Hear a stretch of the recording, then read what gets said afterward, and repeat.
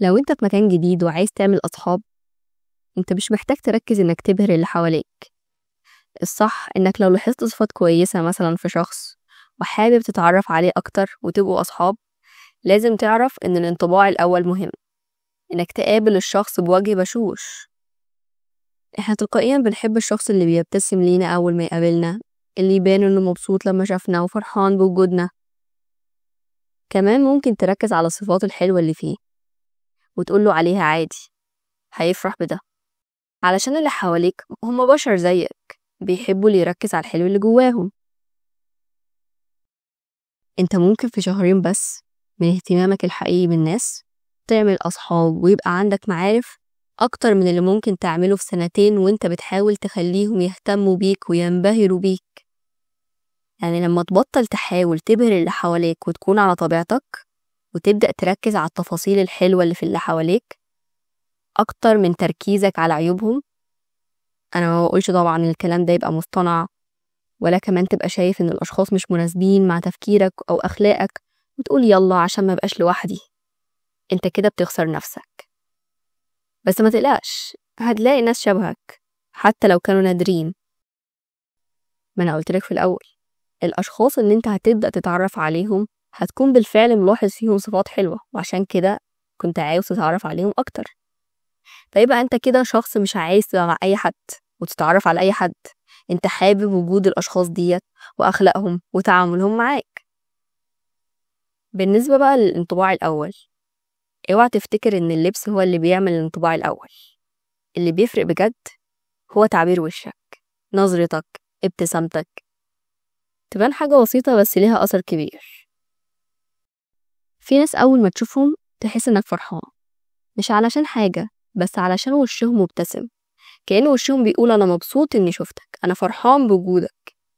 فلما تقابل حد ابتسم في وشه، اسأله عن نفسه وصحته، خلي صوتك فيه طاقة مش مجاملة والسلام. الناس مش هتفتكرك علشان كلامك ولا لبسك، هتفتكرك علشان الإحساس اللي سبته جواهم، إحساس الفرحة من ابتسامتك لما تقابلهم. وصدقني الإحساس ده مش بينسوه أبدا، وهو ده الانطباع الأول. لو مثلا اتعرفت على حد جديد أو قابلت شخص لأول مرة وقالك على اسمه وتعرفتوا على بعض، بلاش تنسى الاسم ده وكأنه حاجة مش مهمة وشخص عابر في حياتك. لأن الكاتب كان شايف إن أبسط وأقوى وسيلة تكسب بيها حب الناس إنك تفتكر اسمهم وتناديهم بيه. يا ترى ليه؟ لأن الاسم بالنسبة لك مجرد كلمة، بس بالنسبة له هو دي أكتر حاجة يحب يسمعها. المشكلة إن نصنا لما بيتعرف على حد بعد دقيقتين بيكون ناسي اسمه أصلا، وبكده بنفقد فرصة مهمة إننا نسيب أثر كويس. الناس أكيد بتحب تحس إن اللي قدامهم مهتم، فلما تفتكر اسم الشخص ده بيدي انطباع إنك سعيد بمعرفته وإنه مش مجرد شخص عابر في حياتك. لكن لو نسيته أو غلطت في نطقه بتكون جرحت شعور الشخص ده من غير ما تحس، وبتخسر نقطة مهمة جدا في علاقتك بيه بعد كده. دلوقتي هنتكلم عن جزئية النقاش وإزاي النقاش ده ما يتقلبش منك خناقة. عايزة أقولك إن مش لازم كل مرة تثبت إنك صح واللي قدامك غلط.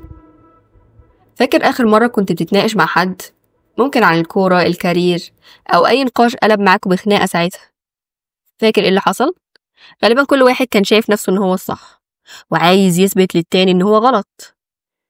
كل واحد مشي وهو مخنوق من التاني ساعتها. يا ترى ليه؟ علشان كل واحد كان عايز يثبت إن اللي قدامه هو اللي غلط، مش إنه يتكلم ويفهم وجهة نظر الشخص اللي قدامه. الناس مش بتحب تحس إنها غلطانة حتى لو فعلا غلطانة، لأن مجرد ما تحسس حد إنه غلط أنت كده بتيجي على كرامته. الطريقة الوحيدة اللي تكسب بيها الخناقة إنك ما تدخلش الخناقة دي أصلا. يعني إيه الكلام ده؟ يعني الحوار اللي قلب بخناقة ده مش دايما في مكسب.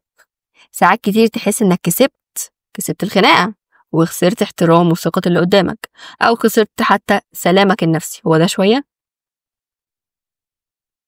لو مثلا واحد صاحبك بيقولك إن الموبايل ده أحسن موبايل في العالم وانت عارف إنه فيه عيوب كتير ومش مقتنع برأيه، لو رحت تقوله انت مش بتفهم أي حاجة في الموبايلات، ده فيه كذا وكذا وكذا، غالبا مش هيركز في العيوب اللي انت بتقولها عن الموبايل، وهيفتكر انك قلت له انه مش بيفهم في الموبايلات وان رأيه ملوش أي لازمة بالنسبة لك. هيحس انك بتحرجه مش بتسمع رأيه وتتناقش معاه عادي. لكن لو قلت له هو كويس فعلا، بس في أنواع تانية سمعت عن مميزاتها كذا وكذا، وبدأت تعرض رأيك والمعلومات اللي عندك، كده ما دخلناش في خناقة ولا حاجة، وكل واحد بيقول رأيه والقعدة حلوة والدنيا فل ومروحين مبسوطين. بدل ما صاحبك يرجع البيت يقعد يفتكر في الكلام اللي أحرجته بيه ويبدأ يبعد عنك واحدة واحدة، لأنك كده بتأذيه نفسيا بكلامك. هو موقف يبان عادي بالنسبة لك، لكن موقف ورا موقف هيبدأ يحس إن وجودك في حياته بيأذيه نفسيا، ومن حقه يبعد عنك. مش مهم دايما تثبت إنك صح وإنك أحسن من اللي قدامك، المهم إنك تبقى عارف إمتى تسكت وإمتى تسمع وإمتى تتكلم. فخلي بالك، مش كل حاجة محتاجة رد، وساعات السكوت بيبقى أحسن من الكلام. كمان رغبتك المستمرة في إثبات إنك صح بتخليك تحت ضغط دايم. لما تبقى دايما عايز تثبت إنك فاهم أكتر أو إن اللي قدامك غلط، أنت بتدخل نفسك في معركة نفسية طول الوقت، وده أكيد بيستنزف طاقتك وراحتك النفسية. هل دي حاجة تستاهل؟ إثبات إنك صح مش معناه إن الناس هتتقبل رأيك كمان. يعني حتى لو كنت فعلا صح، ممكن اللي قدامك ما يتقبلش رأيك لمجرد إنه مش مستعد يسمع. كمان النضج الحقيقي هو إنك تختار سلامك النفسي على إنك تكسب الخناقة. لما تبقى نيتك في الحوار هي إنك تفهم اللي قدامك ومش مركز إنك دايما تثبت إنك صح واللي قدامك غلط، ساعتها الناس هتحب تتكلم معاك وهتحترمك حتى لو اختلفت معاهم. وافتكر برضو إن كل واحد شايف الدنيا من زاويته، اللي انت شايفه صح ممكن حد تاني يشوفه غلط بناء على تجربته أو قناعته، فليه تبقى مصر إنك تقنعه وهو شايف من منظور مختلف خالص؟ لما تعمل حاجة غلط عادي تقول أنا غلطت في كذا وكذا. عارف إيه اللي بيفرق ما بين شخص ناضج وواثق في نفسه وشخص تاني بيحاول دايما يثبت إنه صح؟ الشخص الناضج مش بيخاف يعترف بغلطه، بالعكس لما بيغلط بيقول الحاجة دي اتعملت غلط، لأن الاعتراف بالغلط مش ضعف، دي علامة على ثقة بالنفس وشجاعة، وإنك مش محتاج تلبس قناع إنك دايما صح. إحنا ساعات بنتكلم كتير ونحاول نبرر وندافع عن نفسنا ونعاند ونضيع وقت ومجهود، كل ده على الفاضي. علشان إيه؟ علشان ما نطلعش نفسنا غلطانين. طب ما تغلط يا عم، هو أنت ملك؟ هو أنت مضطر تثبت إن مفيش منك ومش بتغلط؟ أكيد لأ. بتكسب نفسك، بتكسب راحة بالك، بتحس إنك شخص راقي وناضج، وإنك شخص دايما بيشتغل على نفسه إنه يبقى أحسن. أصل مش عيب إننا نغلط، كلنا بشر وجايين هنا نتعلم، مش الهدف إننا نبهر حد أصلا.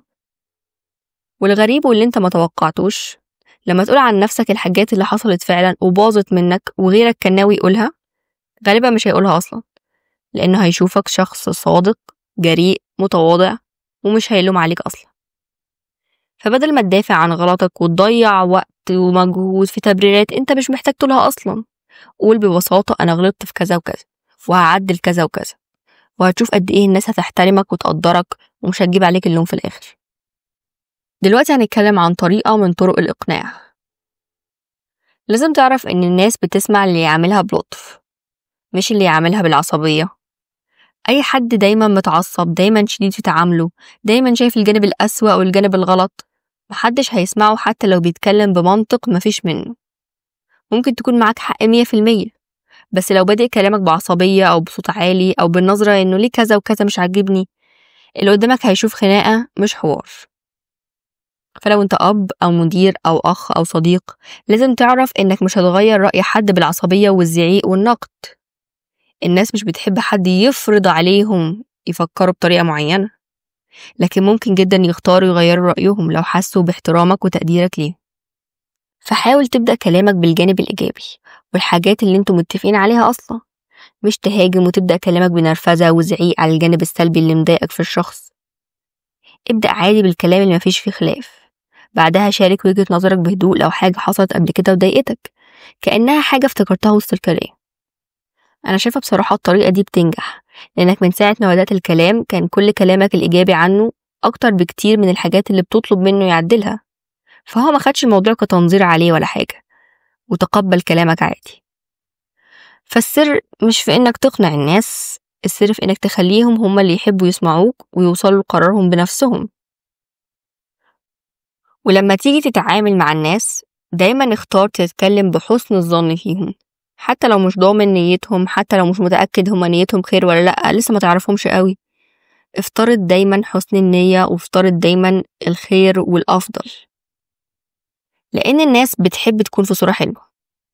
لما تحسس اللي قدامك إنه إنسان محترم وأمين وصادق، غالبا هيحاول فعلا يكون كده عشان يحافظ على الصورة دي. فالنقطة هنا إن كل واحد فينا عنده سببين لأي تصرف بيعمله. السبب الحقيقي اللي جواه اللي ممكن يكون أناني، ممكن يكون نيته مش خير، والسبب اللي بيحب يسمعه عن نفسه أو اللي يحب يبينه قدام الناس بشكل كويس وبشكل محترم. فببساطة افترض حسن النية. افترض السبب التاني، الناس بتتغير لما تحس إنك شايف فيهم حاجة حلوة. الناس بتمشي على قد الصورة اللي انت حطتهم فيها، فلو خليت صورتهم في كلامك جميلة هيفضلوا يحاولوا يطلعوا شبهها. وصدقني أوقات كتير النظرة الحلوة دي بتكون السبب في إنهم فعلا يبقوا أحسن، بس مش علشانك، علشان نفسهم، عشان حبوا الصورة اللي شافوها في كلامك.